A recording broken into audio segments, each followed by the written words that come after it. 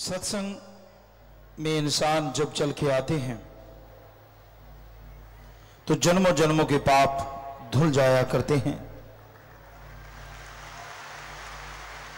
ऐसी समझ, ऐसी सोझी आती है जिस पे चलता हुआ इंसान दोनों जहां की खुशियों का हकदार बनता चला जाता है। परमपिता परमात्मा, वो भगवान, वो अल्लाह, वो राम कहां रहता है, किस रूप में रहता है, इसकी समझ धीरे धीरे इंसान को आनी शुरू हो जाती है। अपनी भावना को, अपनी श्रद्धा को जब आप बुलंदियों पे ले जाते हैं तो अंदर बाहर किसी तरह की मैल जो होती है वो साफ हो जाती है और परमपिता परमात्मा के ध्यान में ध्यान लगने लगता है। तो अपने विचारों का शुद्धिकरण करना, अपने आप को परमपिता परमात्मा के काबिल बनाना अगर आप चाहते हैं तो निरंतर सत्संग सुनो और अमल करो। सत्संग सुन के अमल करना अपने आप में बहुत बड़ी बात है। जो सुनते नहीं अमल क्या करेंगे, और जो अमल करते नहीं हासिल क्या करेंगे। सो सुनिए, फिर विचारिए और अमल कीजिए। यकीनन आपके भाग्य को आप खुद बदल सकते हैं। यूं ही नहीं कहा जाता कि सत्संग में आने से तकदीरें बदल जाती हैं। उसकी वजह यही होती है, सत्संग में संत ओम हरि अल्लाह वाहिगुरु राम का नाम बताते हैं। जो उसे सुन लेते हैं, सुन के फिर अमल करते हैं, वो आवागमन से आजाद तो होते ही हैं। जीते जी गम दुख दर्द चिंताएं उनको नहीं घेर सकती, उनसे भी वो आजाद हो जाते हैं। संग का रंग लाजमी चढ़ता है। जैसे भी लोगों के पास आप बैठेंगे, जैसी सोहबत करेंगे, उसका असर लाजमी आप पे होने वाला है। आज नहीं तो कल, कल नहीं तो परसों, देर सवेर वो असर आप पे होगा और आप मालिक की कृपा दृष्टि से दूर रहेंगे, अनजान रहेंगे। क्योंकि अगर नमक का संग सोहबत अगर कोई करता है तो हर चीज नमकमय हो जाती है। कहते हैं कोयले की खान में जाने से इंसान कालिक से नहीं बच सकता। खारे कुएं में कितना भी चीनी डाल दो वो मीठा नहीं होता। काग को कितना भी सफेदी से पूत दो वो पानी में से दूध या हरिरस नहीं नितार सकता, बल्कि वो कूड़े करकट पे जाके चोंच मारता है। सो इंसान की फितरत नहीं बदलती। जैसा करो संग वैसा चढ़े रंग।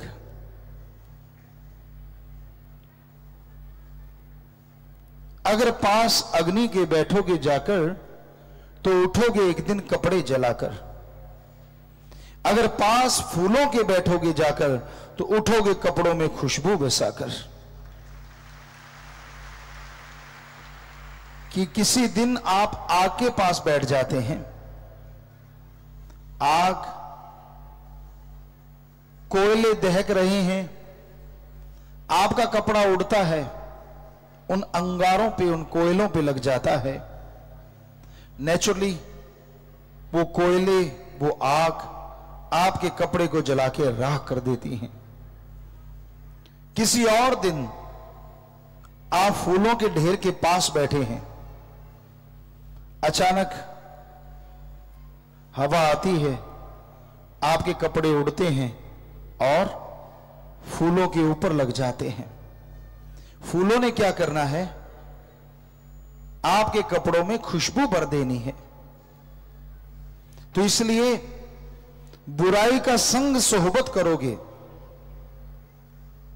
तो आपके जीवन की तमाम खुशियां, तमाम बरकतें, तमाम नियामतें आपसे दूर हो जाएंगी। और भलाई का संग करोगे, सत्संग करोगे तो जन्मों जन्मों की मैल उतरेगी और भगवान की कृपा पात्र आप बनते चले जाएंगे। तो हर किसी के अंदर सोचने समझने की शक्ति प्रभु ने दी है कि वो सोचे, समझे और अमल करे। सोच समझे कि अच्छा क्या है और बुरा क्या है, गलत क्या है और सही क्या है। सत्संग में बताया जाता है, ओम हरि अल्लाह वाहिगुरु गौड़ खुदा राम कभी पैसा नहीं लेते। मालिक कभी किसी से किसी किस्म का दान चढ़ावा जमीन जायदाद नहीं लेते।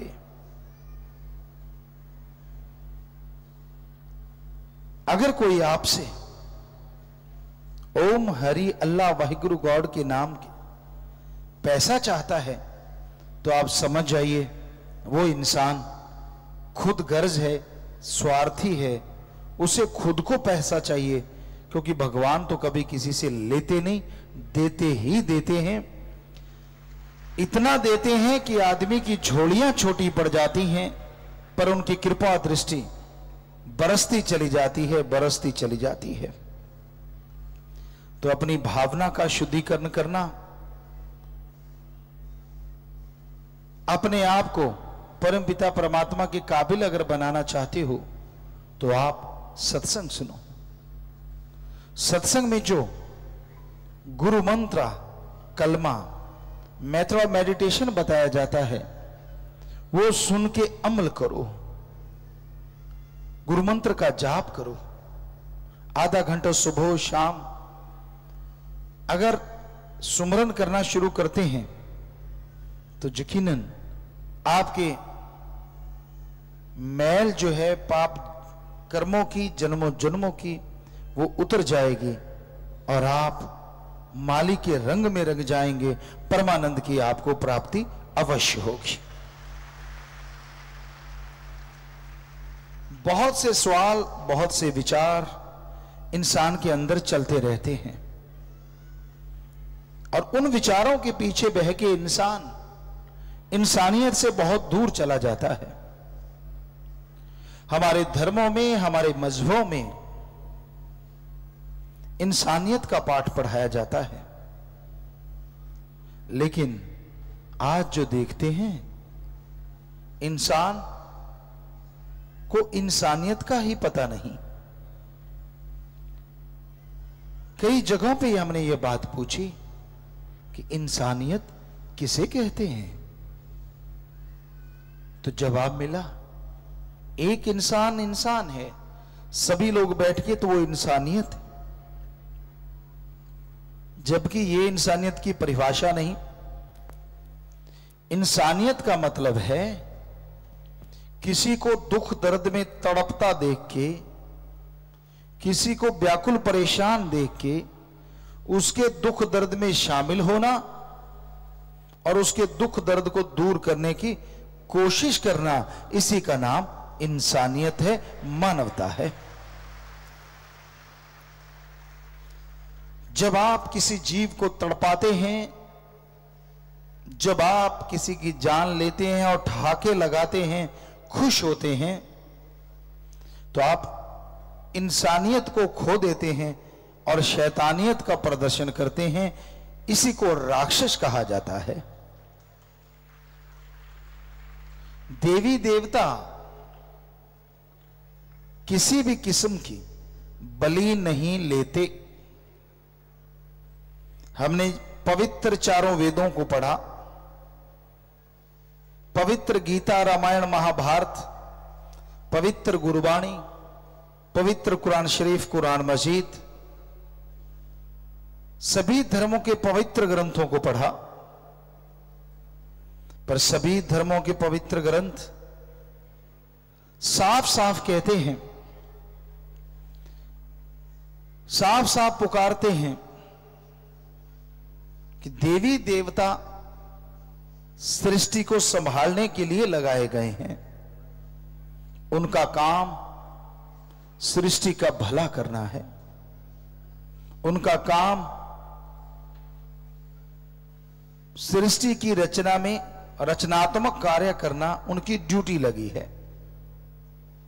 आप देवी देवता की पूजा करो चाहे ना करो, वो नाराज होके आपको बद्दुआ नहीं देंगे, वो आपका कोई बुरा काम नहीं करेंगे, वो आपको तड़पाएंगे नहीं, दुखी नहीं करेंगे। दो शक्तियां हैं, देवता और राक्षस। देवता संभाल करते हैं, खुशी देते हैं, और राक्षस तड़पाते हैं, गम दुख दर्द देते हैं। जरा सोचिए, जो लोग कह देते हैं तेरे पे शनि गुस्से है, तेरे पे फलां देवता गुस्से है, तो अगर देवता किसी का कुछ बिगाड़ेगा तो वो देवता कहां रह गया, वो तो राक्षसीपन में शामिल हो गया। सो देवी देवता ना तो कोई बलि लेते हैं, ना चढ़ावा लेते हैं, सब आदमी का बना बनाया है। बहुत जगहों पे लोग बकरा चढ़ाते हैं, कहीं पे लोग नर बलि तक देते हैं, पशुओं को काट काट के चढ़ाते हैं।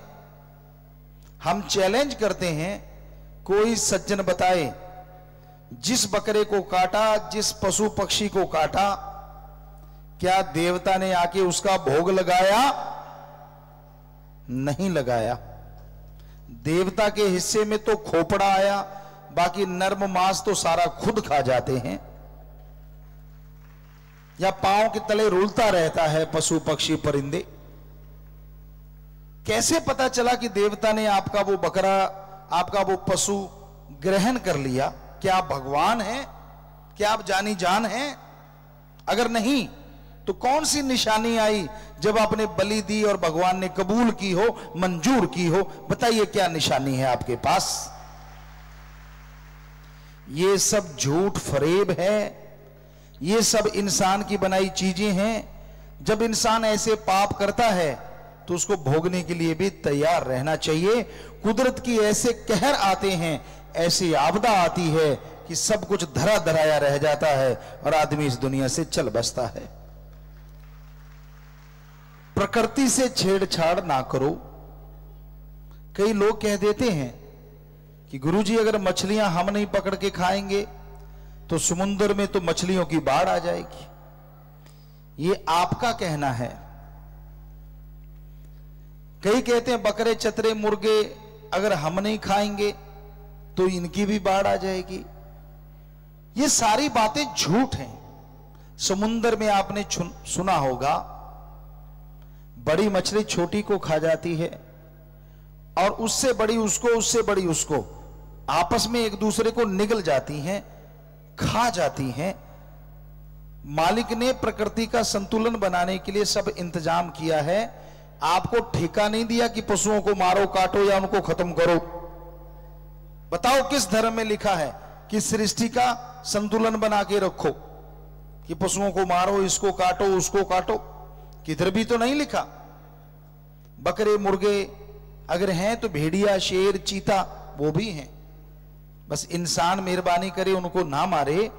तो भगवान ने तो पूरा इंतजाम कर रखा है प्रकृति की संतुलन बनाने के लिए, सृष्टि के संतुलन बनाने के लिए। शाकाहारी जीव बनाए हैं तो मांसाहारी जीव बनाए हैं।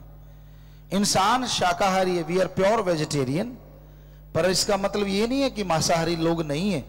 मांसाहारी पशु हैं जिनकी आंतड़ियां छोटी होती हैं, मांस जल्दी डाइजेस्ट हो जाता है और उनको रोग नहीं लगते। आदमी अगर मांस खाता है, इसकी आंतड़ियां बहुत लंबी होती हैं, तो तरह तरह के बैक्टीरिया, वायरस पैदा होते हैं जो बीमारी का घर बन जाते हैं।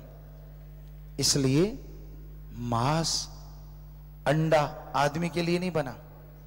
जब आदमी के लिए नहीं बना तो देवी देवता के लिए कैसे हो सकता है, जो आदमी से श्रेष्ठ कहे जाते हैं? तो आप सात्विक भोजन कीजिए, नहीं तो शाकाहारी भोजन कीजिए, तभी आपको ईश्वर मिल सकता है, अल्लाह राम मिल सकता है। वरना फजूल की बातें हैं, झूठी बातें हैं। तो इंसान वही अच्छा होता है जो मालिक के राह पे चलता हुआ परवाह नहीं करता, जो जरा सी परेशानी को देख के इधर उधर दौड़ जाया करते हैं, वो मालिक उनसे खुश नहीं होते। धन धन सतगुरु तेरा ही आसरा। सभी साध संगत जी से निवेदन है कि मेरा चैनल जरूर सब्सक्राइब करें जी। धन धन सतगुरु तेरा ही आसरा।